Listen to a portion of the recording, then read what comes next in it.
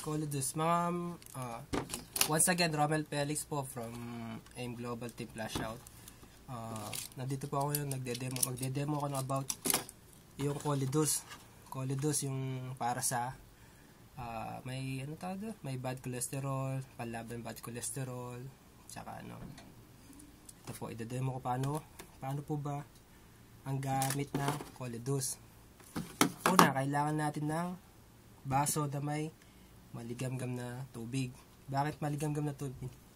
Bakit may maligamgam na tubig? Kasi po, yung maligamgam na tubig, nagre-represent na yung dugo natin. Kasi yung dugo natin is warm, diba? Tapos, kailangan din ng styro. Styro. Bakit po kailangan ng styro? Bakit po kailangan ng styro? Kasi ang styro is gawa sa synthetic na sebo. Sebo ng baka o sebo ng baboy. Tapos po, kuha rin tayo ng Colidus. Ngayon po, ito yung gagawin natin.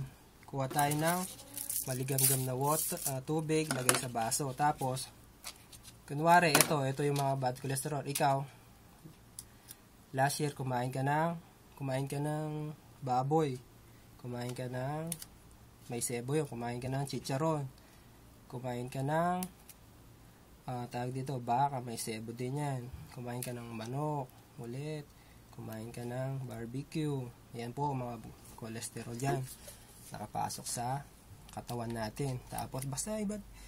Kumain ka ng lechon ng baboy, lechon ng manok. Tapos po, ayan po yung mga bad cholesterol. Ayan po, kunin natin ang Colidus, isang piraso ng Colidus. Anong gagawin natin? Para mas maganda, buksan natin, ha? Pakita natin yan. Ito po, Colidus. Felix. Ito po. Simplasat. Ito po, yan. Ilalagay natin dyan yung Colidus dyan sa may baso. Tignan natin po, ha? Pag ang tao ay uminom ng Colidus, gawa ng AIM Global. Tignan natin anong mangyayari, ha? Tignan po natin anong mangyayari sa bad cholesterol. Ayan po, halo po natin ng mabuti. Ayan. Kunwari po, nandyan po yung katawan, nandyan po yung sebo sa loob ng katawan natin. Bali, ito po yung sebo sa loob ng mga ugat natin. So, ito po yung mga styro. Ito po, tignan nyo po anong nangyayari ngayon sa mga styro. Didikit. Ayan. Tutok mo. Ayan. Unti-unti po, lumilit yung mga styro. Ayan, oh. Kanina, lalaki. Oh. Yung cholesterol. Ayan po. Ayan po yung bad cholesterol. Ano pong tinutunaw po ng Colidus sa mga bad cholesterol dyan sa loob ng katawan natin. Ayan. Oh. Bakit po mas effective po yung Colidus instead sa mga ibang mga gamot? Kasi po, ang Colidus hindi lang siya nagtatanggal ng sebo. Pwede rin po sa mga buntis, kasi mga buntis, pwede rin po sa mga nagpapasuso.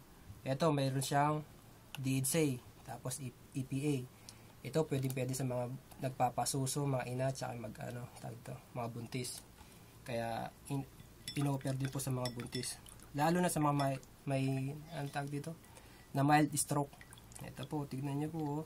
Tignan nyo po yung mga cholesterol o yung styrofoam. Ngayon po, maliit na. Konti na lang, oh. Tinunaw na po ng Colidus yung mga bad cholesterol.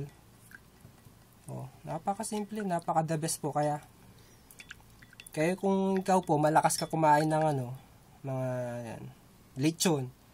O tawag dito? Matataas sa cholesterol. Kailangan po na gumamit ng Colidus. O, ayan po. Tignan nyo po, oh. Ayan na po, nangyari, oh. In just a few minutes, ito nang nangyari sa styro. Ito po, oh. Okay. Ito po, oh. Boss, anong nangyari, boss, sa styro, boss? Tunaw na. Tutunaw na, boss. Ganyan din sa loob ng katawan mo. Pag ito, ininom mo to, ganyan mangyayari sa bad cholesterol mo. Tutunawin niya to, hindi lang basta tutunawin yung bad cholesterol mo sa katawan, gagawin pa, ilalabas pa niyan. Ilalabas pa to. Oh, tignan nyo. Can you see? Oh. Ano nang nangyari? Wala na po ang cholesterol. Napaka-effective po. Effective po ba, boss? Once again po, Romel Felix po from AIM Global Team Flash Out Taiwan. Power po.